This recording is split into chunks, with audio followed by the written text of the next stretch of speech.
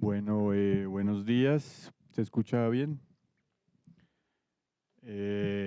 Yo cambié el título de la ponencia y también el enfoque.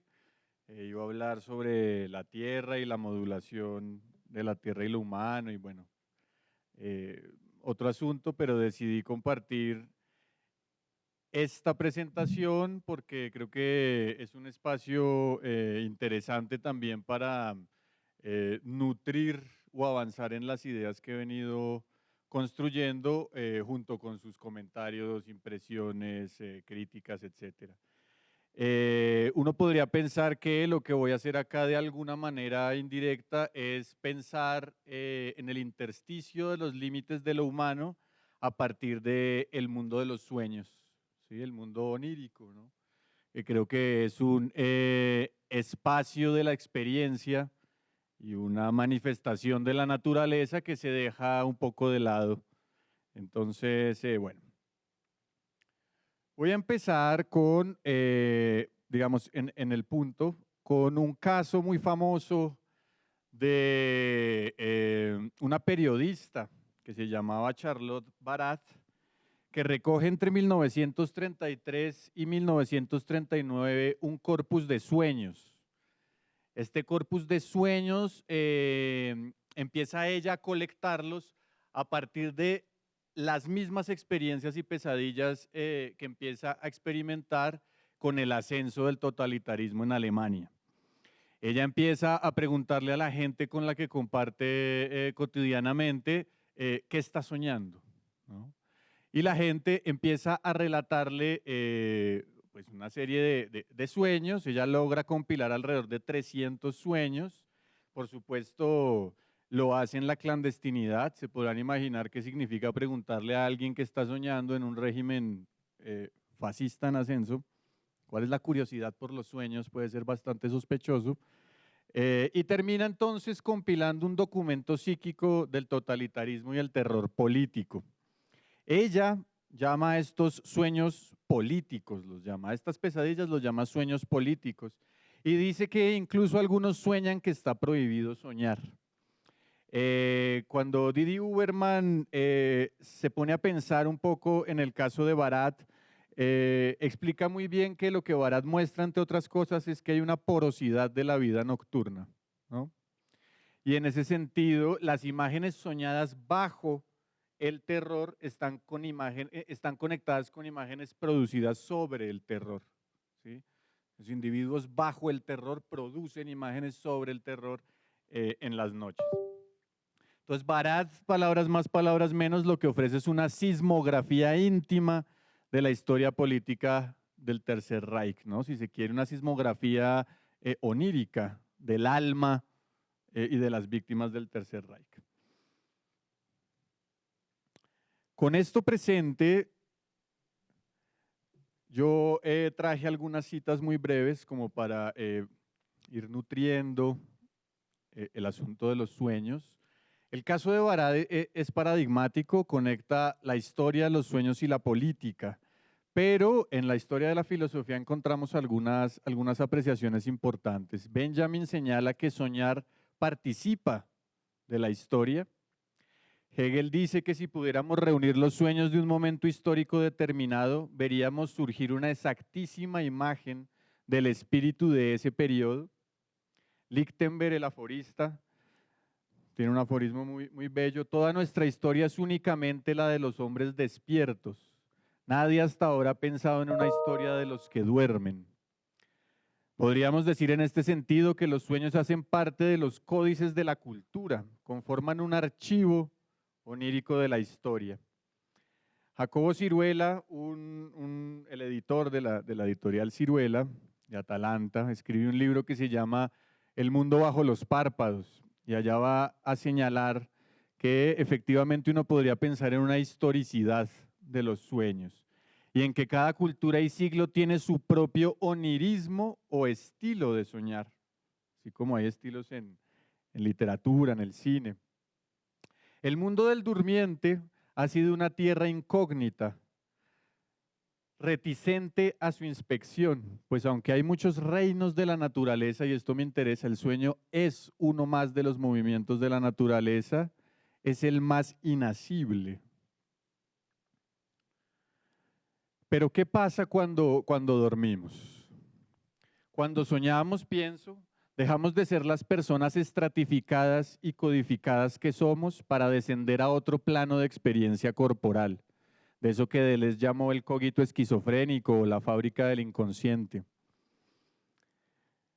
Philip K. Dick en una novela me parece que da en el punto cuando uno de sus personajes dice, ¿será que su propia identidad psíquica, su yo ordinario, fue suprimido para dar lugar a otro montaje de materia?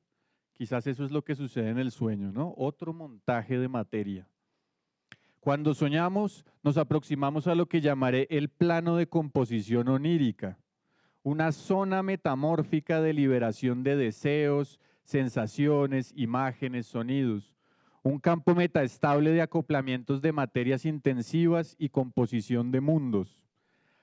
Para Deleuze, como ustedes saben en esa conferencia de que es un acto de creación, el artista trae del caos, y en el del caos al cerebro, perdón, el artista trae del caos bloques de sensación, afectos y perceptos. ¿Se acuerdan? Se sumerge en el caos y de allí sale con esto.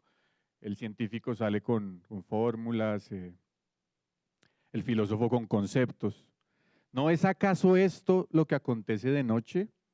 ¿No se precipita nuestro cuerpo en el caos que hay bajo los párpados? ¿No son los sueños coagulaciones intensivas de ese caos? El sueño hace parte de los procesos de individuación psíquico-colectivas y son indisociables, si seguimos el pensamiento de Simondon y de Stigler, de los procesos de individuación tecnológica. Es decir, también nuestros sueños hacen parte de la producción que se genera a partir del lazo fuerte entre individuación psíquica y colectiva, ¿no? El desarrollo psicosocial, digamos, de los pueblos, que está íntimamente ligado con el desarrollo tecnológico. El sueño, podríamos decir, hace parte incluso de los procesos de transindividuación. El sueño germina, no es un asunto puramente de psicología individual, el sueño germina en un medio asociado compuesto por sistemas tecnológicos, plantas, animales, fuerzas climáticas, etc.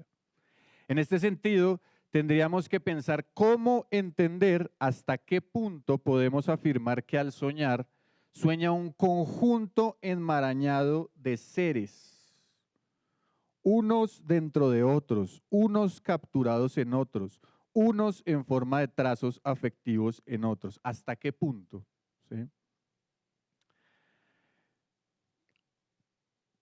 Vamos a hacer un rodeo por otras especies. Si el sueño si el sueño ya es una maraña, es una producción colectiva, digamos, esa colectividad quizás también está asociada a otros seres que sueñan. En 2021, creo, un grupo del Max Planck y unas universidades gringas estudian a estas arañas saltarinas y les conectan una serie de cables y se dan cuenta que tienen momentos REM. ¿Sí? Es decir, usualmente en las teorías psicobiológicas se asocia el momento REM, de Rapid Eye Movement, de los ojos, con la mayor producción, digamos, de imágenes en el sueño, ¿no? Y entonces las investigadoras especulan un poco sobre qué podría estar pasándoles a las arañitas. Y dice Daniela Roffler, dice que es una de las biólogas del equipo, si eso significa que están experimentando visualmente los sueños de manera similar a nosotros, eso es otra historia. O sea, hasta ahí yo no voy a avanzar, dice ella. Sin embargo, especula, las arañas podrían estar experimentando sueños a través de vibraciones de la tela de araña. Ustedes saben que se comunican muchas arañas tensando las telas los hilos de la tela de araña, e incluso cuando están en cortejo hay una ligera, un ligero margen entre una comunicación efectiva de apareamiento y una comunicación que significa soy alimento. Entonces, habría dos tipos de ingesta dependiendo la tensión. Lisa Taylor, la entomóloga, agrega: a menudo me pregunto si las arañas tienen sueños y con qué podrían soñar, pero eso es algo que sería mejor dejar en manos de los artistas. Yo personalmente creería que esto no es condescendencia, sino habría que tomárselo seriamente. Si hay algo, alguien o un grupo o un quehacer que pueda producir información sobre la experiencia onírica, definitivamente estaría en el arte. En los años 60 del siglo pasado, los laboratorios de neurología se llenaron de todo tipo de animales, acurrucados en escuetos terrarios de cristal, alumbrados por frías lámparas de calor. Había conejos, ocas, gallinas, tortugas, serpientes, iguanas, borregos, cocodrilos, con un manojo de cables que brotaban de sus cabezas. Todo ello para constatar científicamente que los vertebrados sueñan. La gallina y la vaca alrededor de 25 minutos cada noche. El ratón 190, el ser humano 100, el chimpancé 90, el gato doméstico 200. Es un largometraje.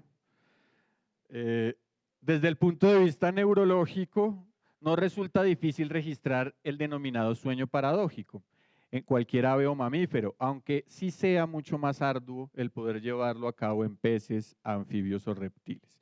Esto era lo que ocurría en los años 60, acabamos de ver que no se dificulta tanto en arañas. Cuando presenté esto en otro lado, alguien me dijo que había una especie de leyenda china donde era China o no me acuerdo de qué país, pero era oriental, y me decía que tenían la idea de que el mundo está sostenido en el sueño de los gatos, y si todos los gatos dejaban de soñar, el mundo desaparecía. Soñar no es algo banal, dice David Peña Guzmán, que escribió este libro hace poco y ya lo tradujeron. Implica el uso de unas facultades que durante milenios hemos considerado propias tan solo de los humanos y de las cuales se deriva el estatuto ético y los derechos inalienables que nos asignamos en exclusividad. Los animales son seres creativos, con potencias abiertas a la fantasía, y en ese sentido son creadores de mundo. Bueno, ustedes me podrán decir, bueno, habrá que distinguir, algunos animales sí, otros no, pero bueno, eso es otro tema. Ahí está el pulpo soñando, cambia de color. Cuando los animales sueñan, pienso, el plano de composición onírico se abre a los flujos de una vida impersonal inventiva que recorre en intensidad de sus cuerpos. ¿Cuáles son las consistencias de estas fuerzas impersonales que los atraviesan? ¿Qué es lo que se expresa en estos momentos de ensueño? Una hipótesis, alguna forma de individuación fugaz e intensa de la vida geológica en sus propios cuerpos. La Tierra también se territorializa y reterritorializa en los sueños. Habría que pensar entonces en la posibilidad de una ecología política que incorpore también esta dimensión onírica y las existencias menores que se agrupan y anuncian otros mundos. Sin embargo, todo lo que les he contado, que son hallazgos, digamos, occidentales, son cosas que también se saben desde hace mucho tiempo en otros pueblos. En la Amazonía se practica, digamos, un onirismo político fuerte, y les traje aquí algunos fragmentos, digamos, de testimonios. Soñar es algo que hacemos todos los seres que vivimos en la tierra, dicen los Zapara. Uno se conecta con la selva a través de los sueños son personas.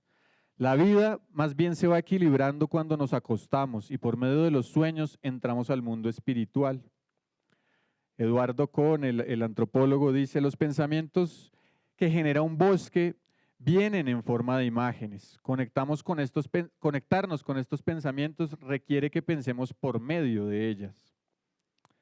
Tenemos que dejar que los pensamientos propios de una selva viviente pasen por nosotros, por nuestros sueños, para que lleguen a los demás. Hay toda una diplomacia y una cosmopolítica de los sueños. En Brasil se publicó un libro que se llama El deseo de los otros, es una etnografía dedicada exclusivamente a la dimensión onírica en los Yanomamis. La antropóloga que lo hace llama la atención de la ausencia o el vacío que había en esos estudios, todo el mundo estudiando a los Yanomamis y nadie había como puesto el ojo en ese punto específico. Para ellos, para los Yanomamis, los bosques son entidades que sueñan y mantienen comunicaciones políticas, ecológicas con los humanos y las demás criaturas. Viveiros de Castro, en una conversación con Copenagua, uno de los chamanes Yanomami, termina diciendo: el chamán no es un superindividuo, sino un superdividuo. Es una federación de agentes supernaturales, multiplicidades y poblaciones de todos los reinos. Todo el que sueña, para los Caguajiwas, tiene algo de chamán. En la conversación con Copenagua hay un momento donde llegan a este punto: un individuo capaz de razonar es filósofo, y en ese sentido sería algo así como un amigo potencial del concepto, mientras que un individuo capaz de soñar es chamán y sería un amigo potencial de la imagen, ¿no? Copenagua y Ailton Krenak tienen una frase muy famosa que dice que los blancos solo sueñan con ellos mismos, y habría deberían aprender a soñar, de hecho. Eso implicaría que no sabemos, digamos. ¿Qué ocurre con los sueños, no? A propósito de Vincent Minnelli, director de cine, de él les dice: me parece que el sueño concierne antes que nada a los que no sueñan.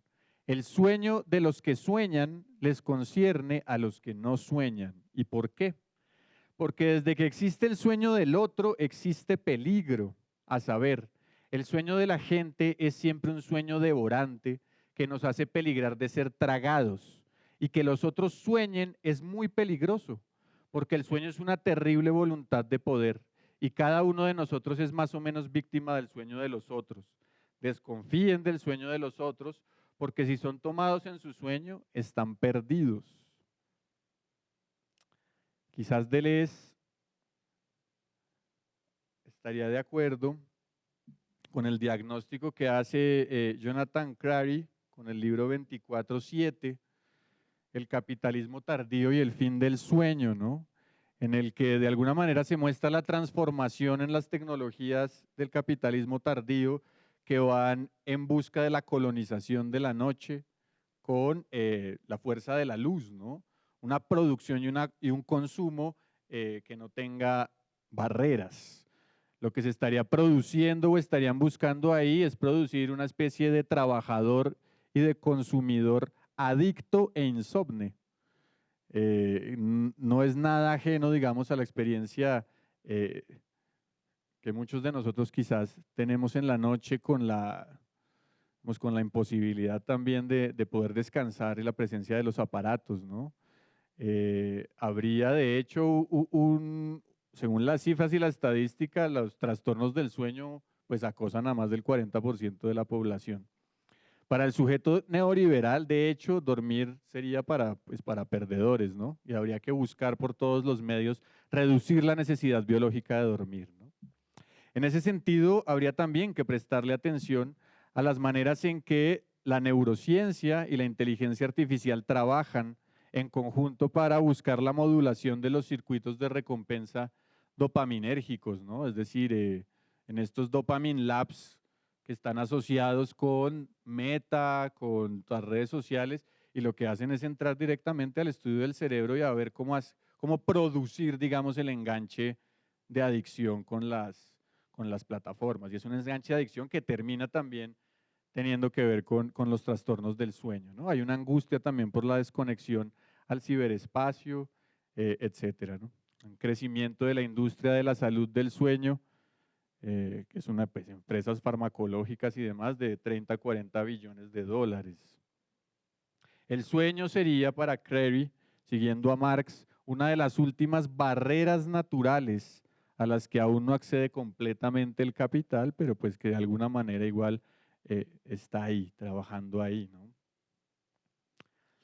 Bueno, para cerrar, algunas preguntas, porque pues no hay cierre.